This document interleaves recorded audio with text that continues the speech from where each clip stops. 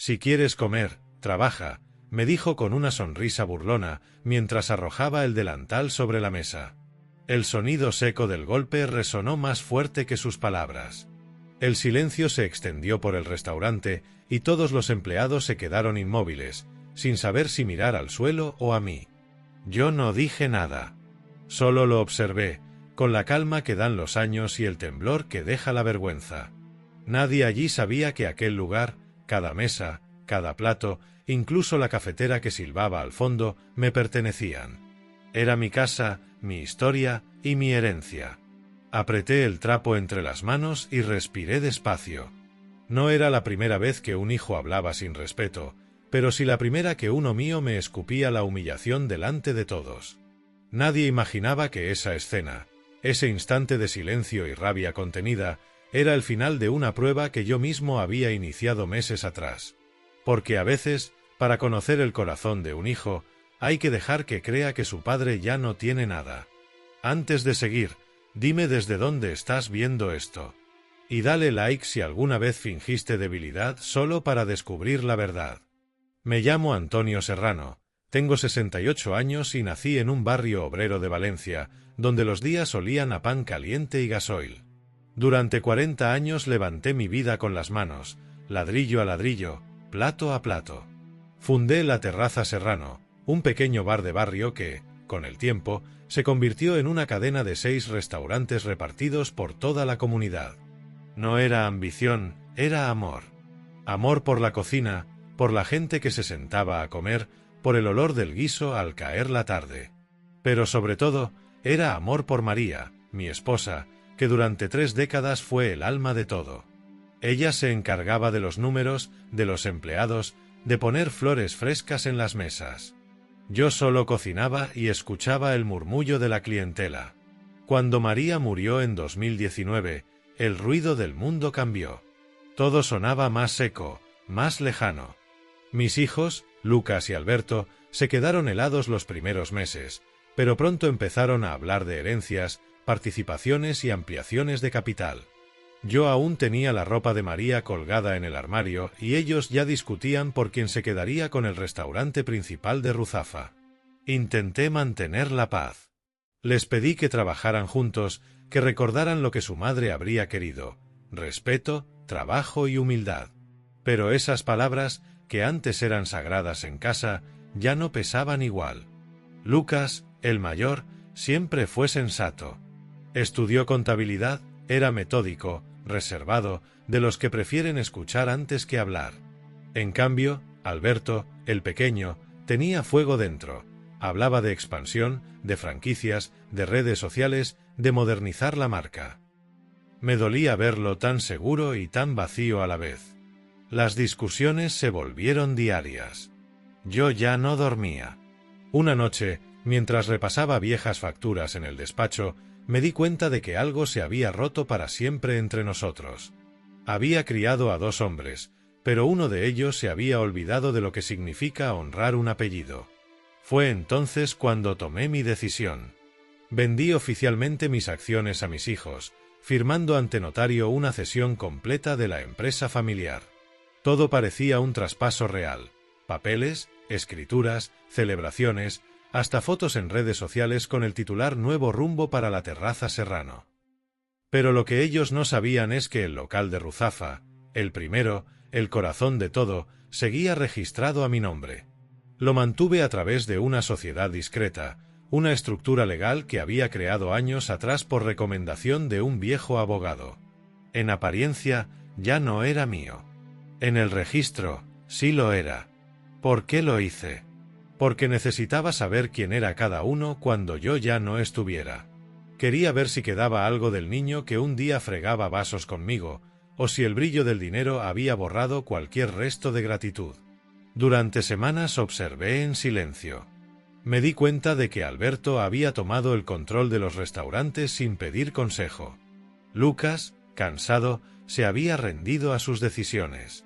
Empezaron a cambiar menús, a despedir empleados veteranos, a sustituir la paella por hamburguesas gourmet. Todo lo que habíamos construido con alma empezó a oler a plástico. Una tarde de septiembre, Alberto me llamó para decirme que debía dar un paso atrás, que los tiempos habían cambiado y que mi presencia en el negocio confundía a los empleados. Me lo dijo con esa sonrisa suya, la misma que usaba cuando era niño y quería esconder una travesura. Esa noche, mientras el reloj marcaba las 11 y el viento soplaba desde el puerto, supe que mi papel de padre protector había terminado.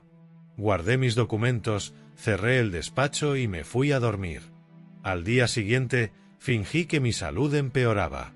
Les conté que mis ahorros se habían agotado, que necesitaba descansar, que dejaría la gestión en sus manos. Lucas se mostró preocupado. Alberto apenas levantó la vista del móvil. «Haz lo que debas, papá», dijo. «Ya es hora de que te retires». No respondí. Solo asentí. Desde ese día, comencé mi retiro fingido. Vendí mi coche, alquilé un pequeño piso cerca del puerto y desaparecí del centro de sus vidas. Durante meses, ninguno de los dos llamó. Y fue ahí, en ese silencio, donde encontré mi verdad. No hay traición más fría que la indiferencia de un hijo. Pero también comprendí que la paciencia es la herramienta más afilada de un padre. Porque un día, lo sabía, la vida le mostraría a Alberto quién era realmente el dueño de la mesa donde comía. Al principio, todo pareció en calma. Lucas me escribía de vez en cuando, contándome que los restaurantes marchaban bien, que las reservas seguían llenas y que Alberto había tomado la dirección del local de Ruzafa con energía. «Está motivado, papá», me decía. Quizá María tenía razón, el pequeño solo necesitaba responsabilidad. Yo lo escuchaba sin interrumpir, mientras preparaba café en mi piso pequeño de la calle del Mar. Fingía creerlo, pero algo en mi pecho no se tranquilizaba. Los hombres aprendemos a oír el silencio que hay detrás de las palabras, y en la voz de Lucas había preocupación. Una que él mismo no se atrevía a nombrar. Pasaron los meses. Nadie me llamó para una comida familiar, ni para un cumpleaños, ni siquiera para Navidad. El teléfono permanecía quieto, mudo, como si mi número hubiera desaparecido del mundo. A veces salía a caminar por el puerto, observando los barcos de pesca regresar al amanecer. Me servía para recordar de dónde venía, y para aceptar que mis hijos ahora vivían otro tipo de mareas, las del dinero, la apariencia y el poder. Un día de marzo, cuando la brisa aún olía a invierno, recibí un mensaje de Alberto. Lo abrí despacio, sin esperar nada. Decía: «Papá, si quieres pasar por el restaurante, podrías ayudar en la cocina. Nos hace falta un lavaplatos». Pensé que era una broma. Sonreí, incrédulo. Luego releí el mensaje y comprendí que no lo era. Había pasado de ser el fundador, el dueño, el hombre que encendía la primera cafetera cada mañana, a un lavaplatos. La sangre me subió a la cabeza, pero luego se enfrió rápido. Algo en mí, quizá la parte más vieja, la que aprendió de los fracasos, me susurró que debía aceptar. Así que respondí: «De acuerdo. Mañana a las 8 estaré allí». Y lo cumplí. Me presenté al día siguiente con una gorra vieja, una chaqueta gris gastada y el carné de jubilado en el bolsillo.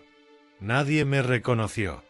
Habían pasado apenas 2 años desde mi retiro, pero los ojos de los jóvenes no suelen mirar 2 veces a los viejos. El local olía igual, a salsa de tomate, ajo y vino tinto. Las mismas paredes, los mismos cuadros de recetas antiguas que María colgó hace más de 20 años. Solo el cartel de la entrada había cambiado. Ahora decía: «La Terraza Serrano, nueva gestión». En la cocina, los chicos iban de un lado a otro, jóvenes nerviosos con tatuajes en los antebrazos. Me dieron un trapo, un cubo y me señalaron el fregadero. Así comenzó mi nueva jornada, como si la vida me hubiera devuelto al primer día de mi juventud, pero sin sueños por delante. Durante las primeras horas, nadie habló conmigo. Solo Carolina, una camarera de 24 años con ojos claros y voz dulce, se acercó a preguntarme: «¿Usted trabajó antes en este restaurante?» «Podría decirse que sí», respondí, sonriendo. No insistió. Quizá percibió algo, porque me miraba con ese respeto silencioso que a veces tienen los que aún conservan educación. Esa tarde, al cerrar, salí con las manos agrietadas por el agua caliente y la espalda entumecida. No sentí rabia. Sentí vergüenza ajena. Vergüenza por mi hijo, por lo que había hecho con lo que le dejé. Los días siguientes, el patrón se repitió. Alberto llegaba cada mañana a las 11, conduciendo su Audi A5 blanco, aparcando justo frente a la puerta del local, sin saludar a nadie. Entraba con el móvil en la oreja, dando órdenes como si el restaurante fuera una oficina de bolsa.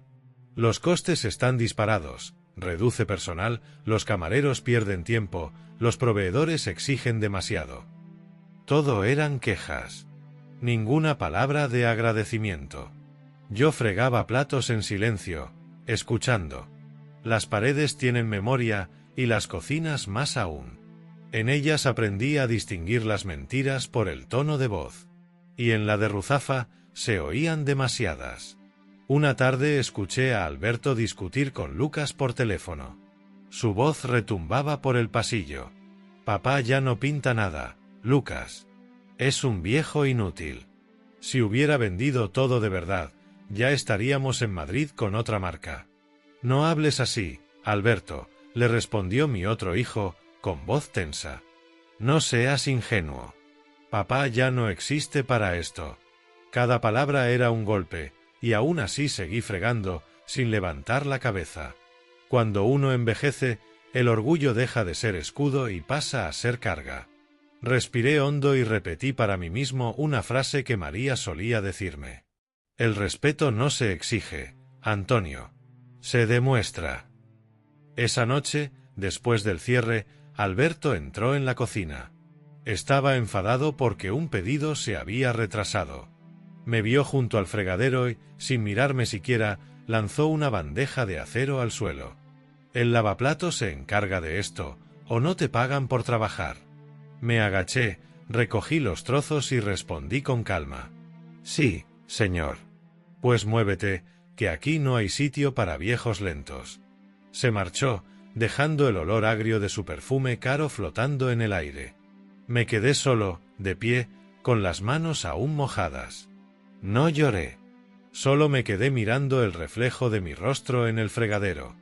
Era el mismo de siempre, pero con una luz distinta, la del que ha perdido algo irremediable, pero no la dignidad. Pasaron las semanas y nadie sospechó nada. Yo seguía llegando cada día a las 8, cumpliendo con mi tarea. Carolina me dejaba un café en el descanso, en silencio, sin preguntar. Y yo observaba. Observaba cómo Alberto contaba el dinero en efectivo detrás de la barra. Cómo firmaba facturas con nombres falsos. Cómo ciertos hombres trajeados entraban por la puerta trasera de madrugada, dejando sobres gruesos sobre el escritorio. A veces, el mal no necesita grandes gestos, solo un hombre con demasiada soberbia y demasiado poder. Cada noche, al volver a mi pequeño piso, anotaba en un cuaderno los detalles, fechas, nombres, horarios. No por venganza, sino por justicia. Porque si algo aprendí de la vida es que la verdad, aunque llegue tarde, siempre encuentra la manera de sentarse a la mesa. Y yo sabía que pronto lo haría. Solo necesitaba esperar el momento justo, el día en que Alberto, sin saberlo, me daría la frase que sellaría su destino. Esa frase que aún hoy resuena en mi memoria como un disparo contenido. Si quieres comer, trabaja. Nunca olvidaré aquella mañana de abril.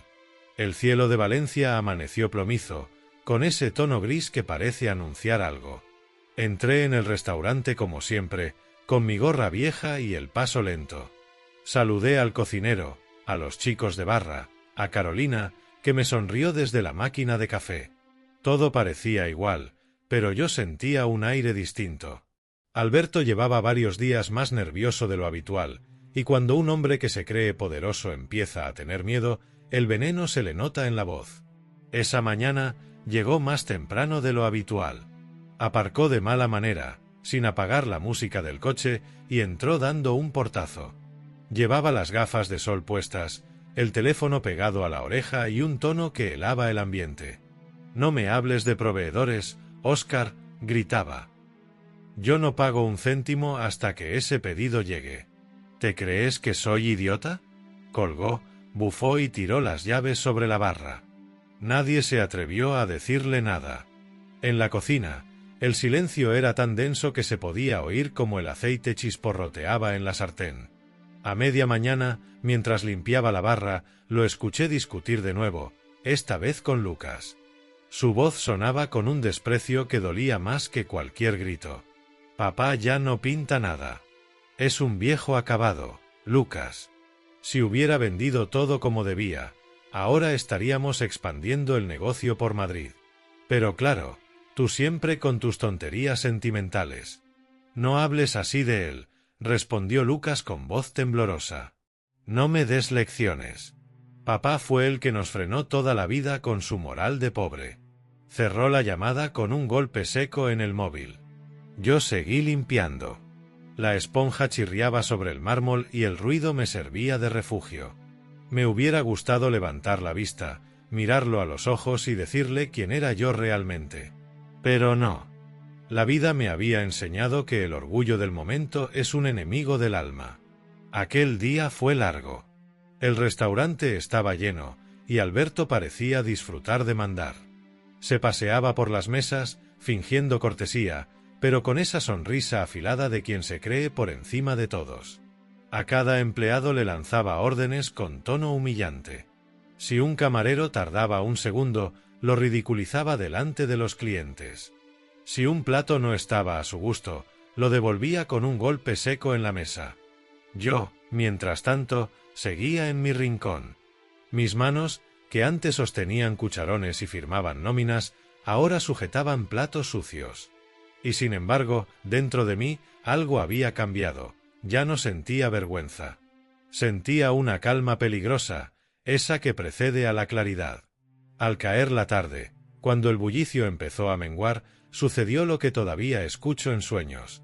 Estábamos cerrando la cocina. Yo fregaba en silencio cuando Alberto irrumpió furioso.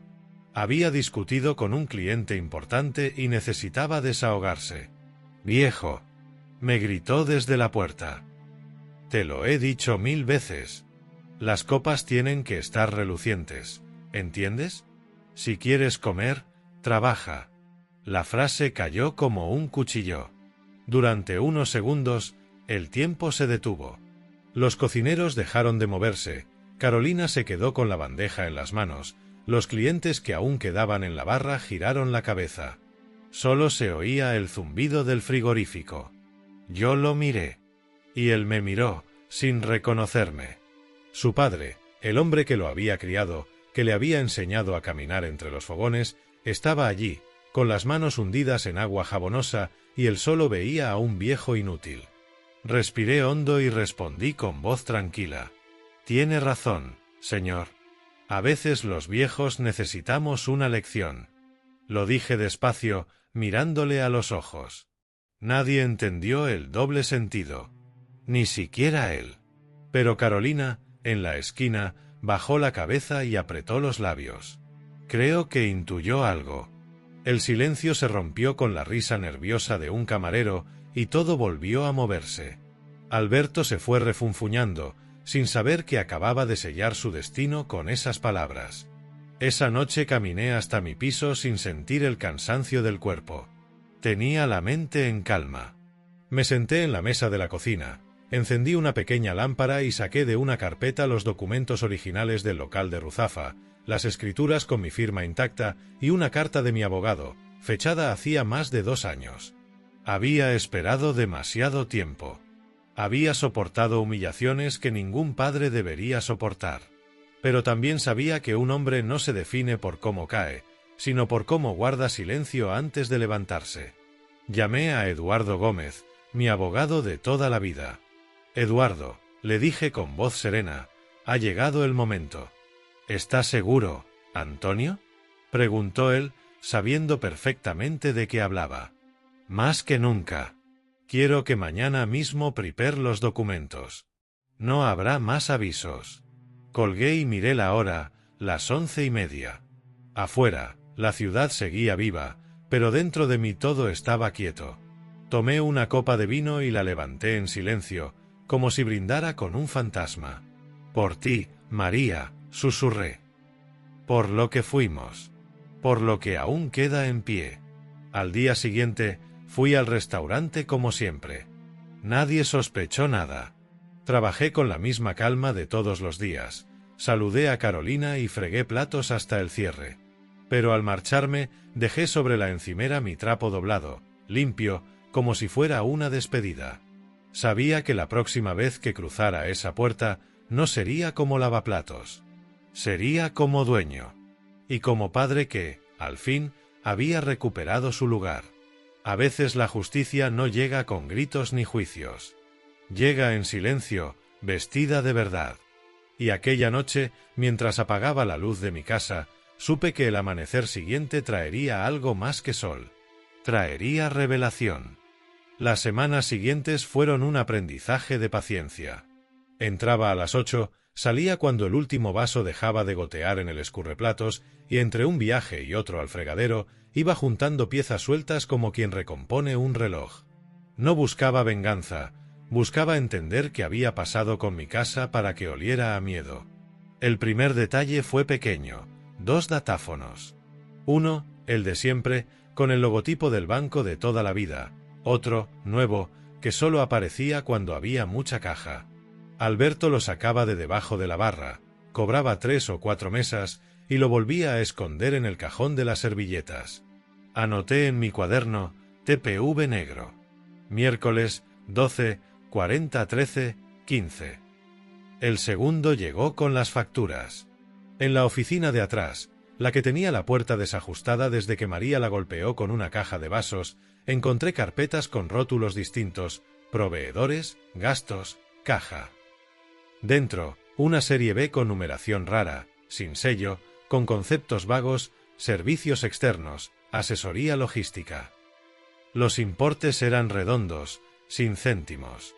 Había hojas con el membrete de Cárnicas Levante, pero el NIF no aparecía en ningún albarán oficial. Apunté, facturas espejo. Iba mal cuadrado. El tercero fue humano. Carolina se acercó con una bandeja mientras yo enjuagaba copas. ¿Puedo preguntarle algo, Antonio? Dijo en voz baja, usando por primera vez mi nombre. Dime, ¿es normal que las propinas no se repartan desde hace 3 semanas? Normal, no, respondí. ¿Y las nóminas? A Clara le han pagado en 2 sobres. A mí me dijeron que este mes ajustaban y que el resto me lo daban el lunes. ¿Quién te lo dijo? Alberto. No le pedí más. Hay verdades que conviene dejar donde salieron para no comprometer a quien te las trae. Esa noche añadí, propinas retenidas. Sobres. Retrasos. El cuarto detalle fue un olor. A tinta reciente. En el despacho, junto a la impresora, había un taco de papeles con el encabezado de una empresa que yo no conocía, Cítrica RZ, SL. Eran albaranes de fruta que no llegaba por la puerta. Le pregunté a Pancho, el cocinero. ¿Quién trae los cítricos ahora? Los de siempre, Antonio. Depósito del mercado de Ruzafa. ¿Y estas facturas? Ni idea. Yo firmo lo que me pone Alberto. El quinto fue un sonido. Madrugada de sábado, yo había ido a dejar unos vasos pulidos que me llevé para no retrasar el domingo. Escuché la puerta trasera abrirse y voces cortas. No vi caras, solo 2 sombras.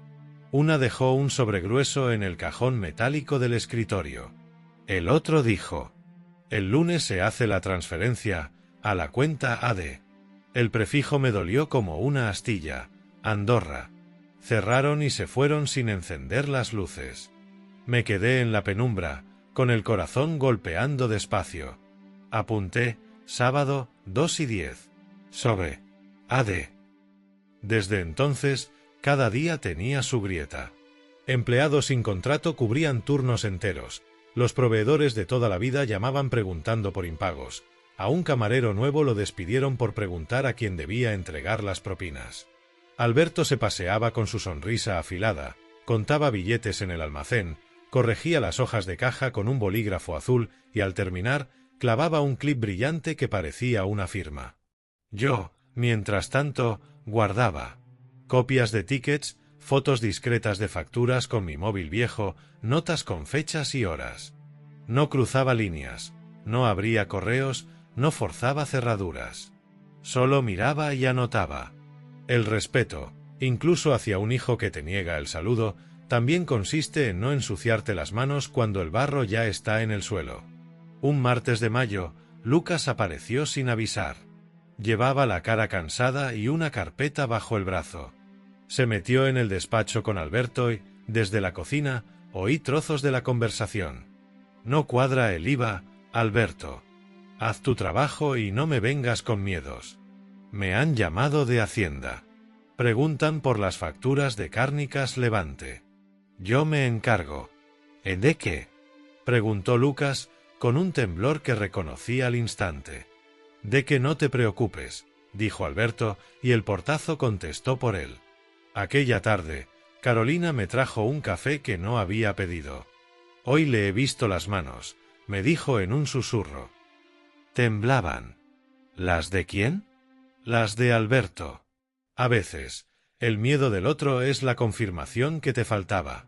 Seguí mi rutina, más atento que nunca. Empecé a cruzar datos. Cuando aparecía el datáfono negro, la caja oficial bajaba. Cuando llegaban los sobres, al día siguiente había gastos de mantenimiento extraordinarios. Cuando se hablaba de proveedores fantasma, había ingresos en efectivo sin justificar. Un viernes, al terminar el servicio de mediodía, escuché desde el pasillo que alguien había olvidado cerrar. La puerta del despacho estaba entreabierta. No me acerqué, me quedé donde estaba y dejé que las palabras vinieran a mí. Cuando el viejo se muera, dijo un hombre de voz ronca, vendemos el inmueble y nos vamos. Tenemos la marca, tenemos los locales. Esto es cuestión de aguantar. Tranquilo, contestó Alberto. No le queda tanto. Y si molesta, le cerramos la puerta. Nadie sabrá nada. Ese viejo era yo. Su padre. No sentí rabia, sentí frío. Un frío seco, como el de una bodega vacía. Me apoyé en la pared, cerré los ojos y respiré lento. Repetí en silencio mi mantra, el que me sostuvo desde que fregaba vasos en el Carmen: el respeto no se hereda. Aquella noche abrí mi cuaderno y cambié de tinta. Dejé el bolígrafo de notas y saqué la pluma que María me regaló por nuestro 10º aniversario. Escribí con letra clara. TPV paralelo, horas, importes, mesas. Factura serie B, proveedor inexistente, importes redondos. Propinas retenidas, testimonio de Carolina, fechas. Sobres, entradas nocturnas, posibles transferencias a AD. Nóminas en negro, pagos parciales, lunes y viernes. Amenaza velada, cuando el viejo se muera. Al día siguiente, pedí a Eduardo Gómez una cita sin correos ni llamadas largas. En su despacho, desplegué el cuaderno, unas copias y mi cara de hombre cansado. No he venido a denunciar a un hijo, le dije. He venido a proteger una casa. Necesitaré soporte documental, respondió. Nada obtenido de forma ilícita. Solo tengo ojos, fechas y papeles de barra. Y lo más importante, el título de propiedad del local y la licencia, aún a mi nombre, en la sociedad. Eduardo asintió despacio. Con eso, y con un notario, podemos parar el golpe legal. Lo otro, si procede, será trabajo de Hacienda y de UDEF. Que cada uno haga lo suyo, dije. Yo haré el mío. Volví al restaurante con la serenidad de quien ya no se esconde de sí mismo. Seguí fregando, seguí escuchando, seguí siendo invisible. A cada optimiza costes de Alberto, a cada risa nerviosa en la barra, yo respondía con silencio y una copa limpia. Y, sin embargo, por dentro todo se ordenaba. A finales de mayo, Lucas me buscó en la cocina. ¿Cuánto llevas aquí?, me preguntó, mirándome con una atención nueva. El tiempo suficiente, respondí. No dijo nada más. Pero esa tarde dejó sobre mi cubeta una servilleta con 3 números, AD, los 4 últimos de una cuenta y una fecha. Levanté la vista. Lucas ya se había ido. No sé si fue su forma de pedir perdón, de ayudar o de salvarse. Lo guardé sin juicio. Un padre, incluso herido, sabe leer una mano tendida. Supe entonces que el punto de ruptura estaba cerca. No lo provocaría yo, me bastaba con sostener la verdad hasta que pesara más que la mentira. El viernes siguiente, con el restaurante lleno y las luces reflejándose en las copas, Alberto abriría la boca una vez más. Y su frase, esa que ya había usado como látigo, caería sobre mí con la fuerza exacta que necesitaba para terminar de despertar a todos. Yo solo tenía que estar allí, con las manos en el agua, el corazón en calma y la propiedad en el bolsillo. Porque a veces, para que la justicia entre por la puerta, basta con seguir trabajando como si no te hubieran echado de tu propia casa. Fue viernes, último de mes. A mediodía, el comedor rezumaba ruido de vasos y cuchillos. Afuera, el sol caía oblicuo sobre Ruzafa y dentro el aire olía a tomate confitado y a prisa. Yo había llegado a las 8, como siempre, con mi gorra y mi chaqueta gris, y había pasado la mañana entre espuma y cristal, anotando en la cabeza los pequeños desajustes que ya me sabía de memoria. El TPV negro aparecía y desaparecía. Las copas de balón, misteriosamente, nunca cuadraban con la cuenta. Un sobrecerrado aguardaba en el cajón bajo la impresora. A las 3:05 entró Alberto. Sin saludar, sin mirar a nadie, sin pedir permiso en su propia casa prestada. Llevaba la camisa abierta un botón más de lo debido y los ojos brillantes de quien ha discutido por teléfono. Se acercó a la barra, lanzó un vistazo al salón y midió la tensión con la misma frialdad con que contaba billetes. ¿Quién ha montado la mesa 12 con copas de agua? Soltó, y nadie contestó. ¿Y esas 3 de ahí? Se giró hacia mí, como si buscara un blanco fácil. Viejo, ¿no te han explicado aún que las copas se pulen por el pie? No respondí. Seguí girando la bayeta, respirando despacio. Carolina pasó a mi lado y dejó un café corto sobre la repisa. Tragué un sorbo. Calma. El servicio se aceleró. Comandas a toda velocidad, voces que rebotaban contra los azulejos, el latido de la cafetera. A las 3:40, un plato salió de la cocina con una mancha mínima en el borde. Lo vi pasar como quien ve cruzar un destino. Alberto lo interceptó con un gesto teatral, se volvió hacia mí y alzó la voz por encima del murmullo. «Viejo», dijo, como si escupiera una cáscara. «Te lo he dicho 1000 veces. Si quieres comer, trabaja». Las palabras cortaron el aire. El salón se quedó mudo. Un hombre en la mesa 12 se llevó la servilleta a la boca sin terminar el gesto. Carolina, inmóvil, sujetó una bandeja con 3 cafés que empezaron a temblar. En la cocina, alguien apagó el fogón por error y el olor a gas se mezcló con el del sofrito. Yo apoyé el vaso que estaba secando. Lo hice con la deliberación de quien sabe que cada gesto será recordado. Alcé la vista. Encontré los ojos de mi hijo y noté, por un instante, que no había nada de María en ellos, solo ruido, prisa, miedo. Hablé bajo, sin prisa, para que cada sílaba encontrase su lugar. Tiene razón, señor. A veces los viejos necesitamos una lección. Se oyó un vaso chocar contra otro. Nadie entendió el doble sentido. Alberto sonrió, satisfecho, creyendo haber cerrado el tema. Siguió su ronda por el salón, repartiendo disculpas falsas a los clientes, y el ruido volvió como una ola que se retira y regresa.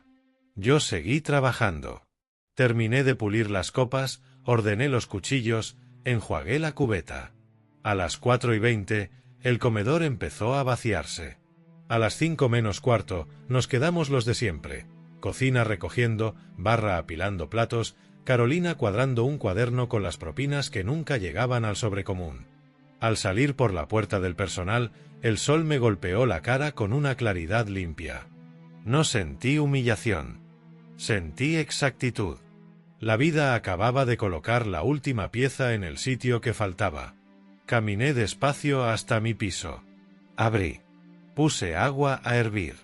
Serví un té que no bebí. A las 6:12 marqué el número de Eduardo Gómez. Ha llegado el momento, dije.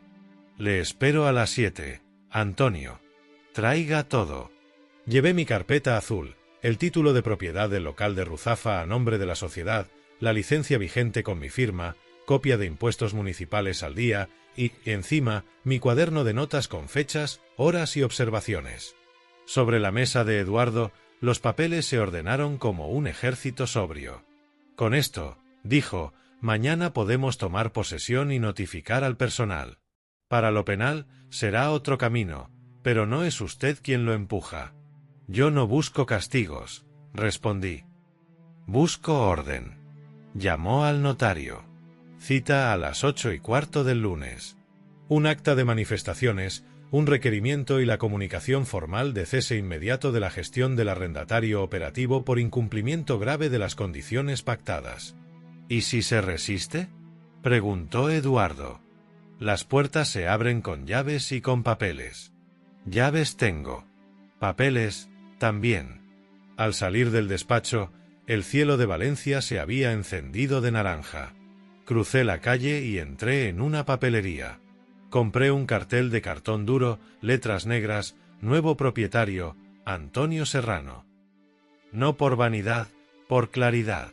En casa, con la misma pluma que me regaló María, añadí debajo, se ruega al personal presentarse a las 8:30. Esa noche, ordené mi mesa como si fuera una cocina antes del servicio.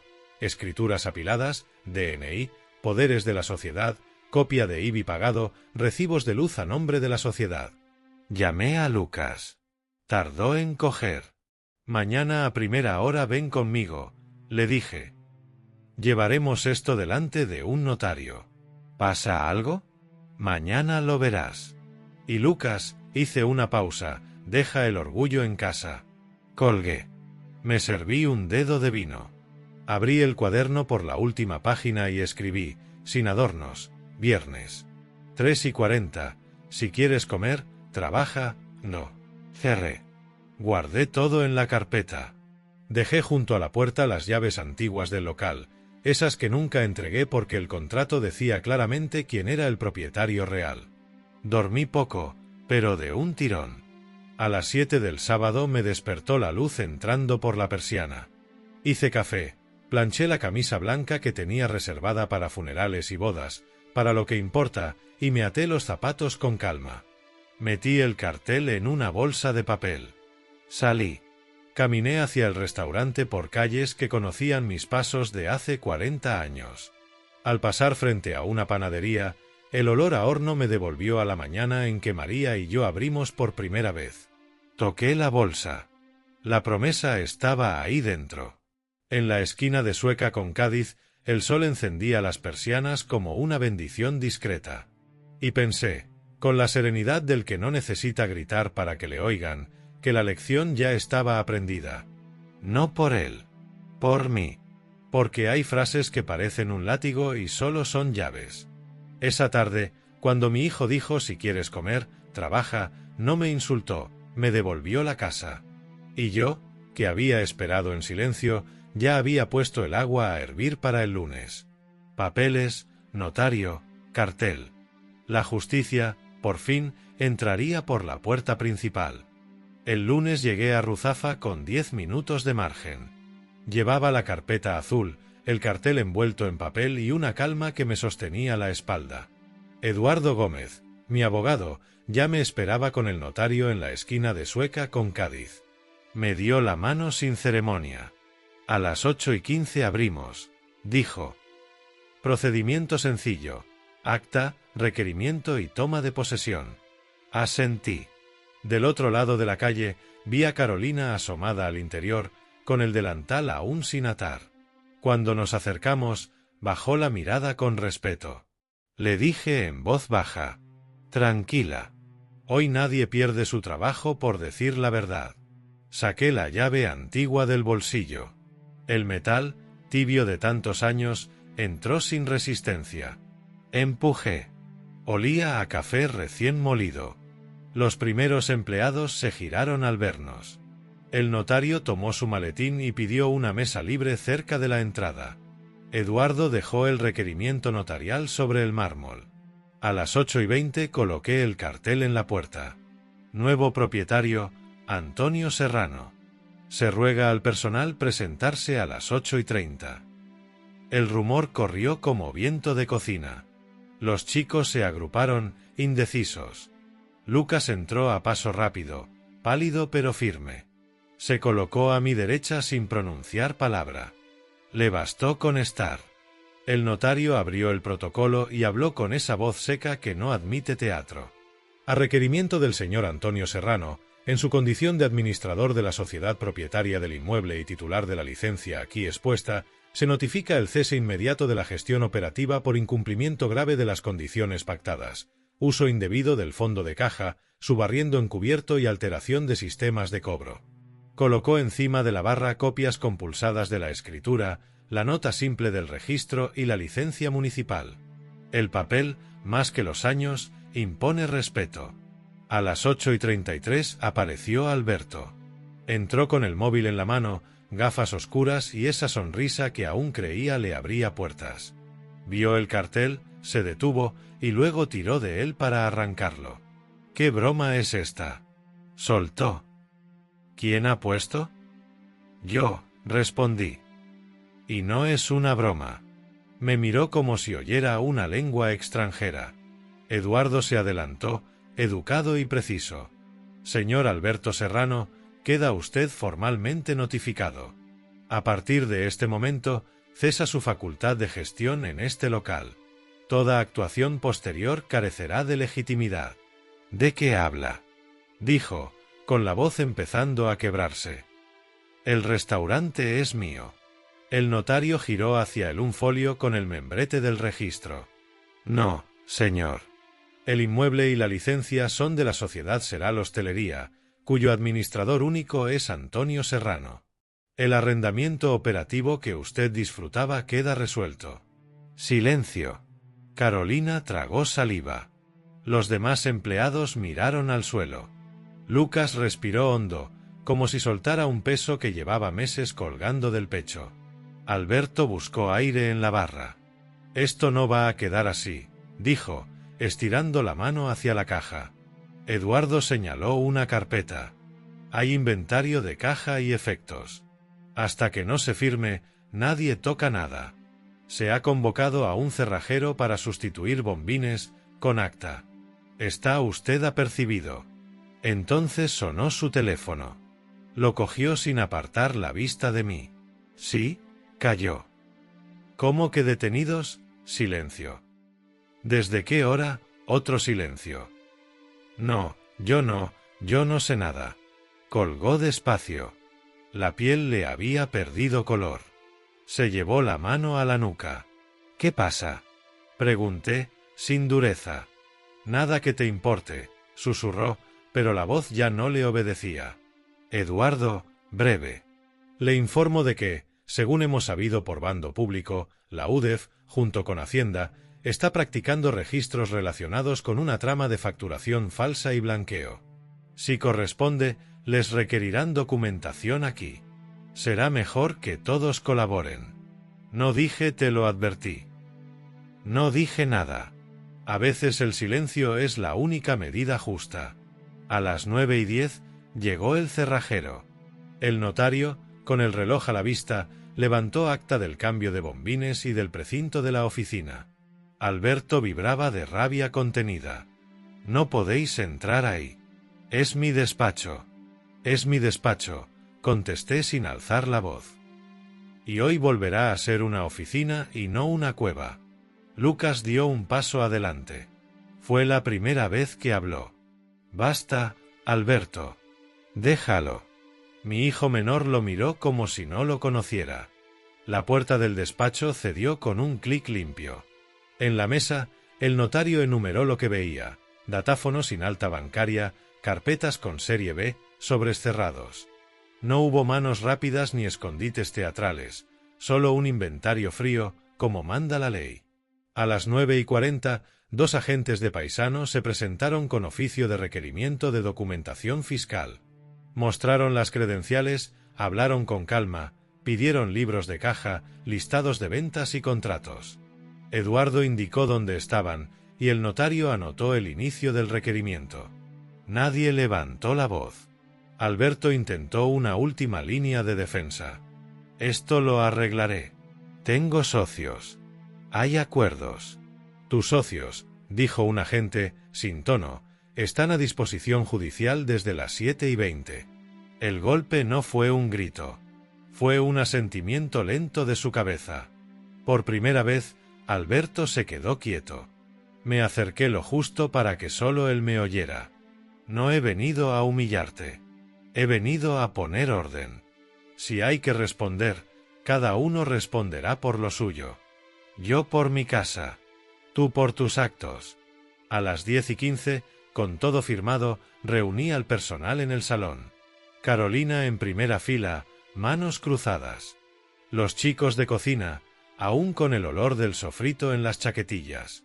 A partir de hoy, dije, el local vuelve a manos de quien lo construyó. Nadie pierde su puesto por decir la verdad. Las propinas volverán a la caja común. Las nóminas saldrán por banco y a fecha. Y el nombre del restaurante cambiará cuando toque. Hoy solo necesitamos trabajar, como antes, con honestidad. Nadie aplaudió. Mejor así. La dignidad no necesita palmas. Carolina levantó apenas la barbilla, como un brindis invisible. Alberto pidió salir. No le puse un muro. Eduardo le entregó copia de la notificación y la advertencia de no obstaculizar. Se fue sin mirar atrás, más joven de lo que entró, pero más viejo de lo que debería. Cuando los agentes terminaron, firmaron su parte, se estrecharon manos y se marcharon con discreción. El notario cerró el protocolo. Eduardo me tocó el codo. Ya está. No, pensé. Ahora empieza. Bajé el cartel de la puerta y lo dejé sobre la barra. Pasé la mano por el mármol, como se acaricia la frente de alguien que despierta de fiebre. Caminé hasta la cocina. Abrí el grifo.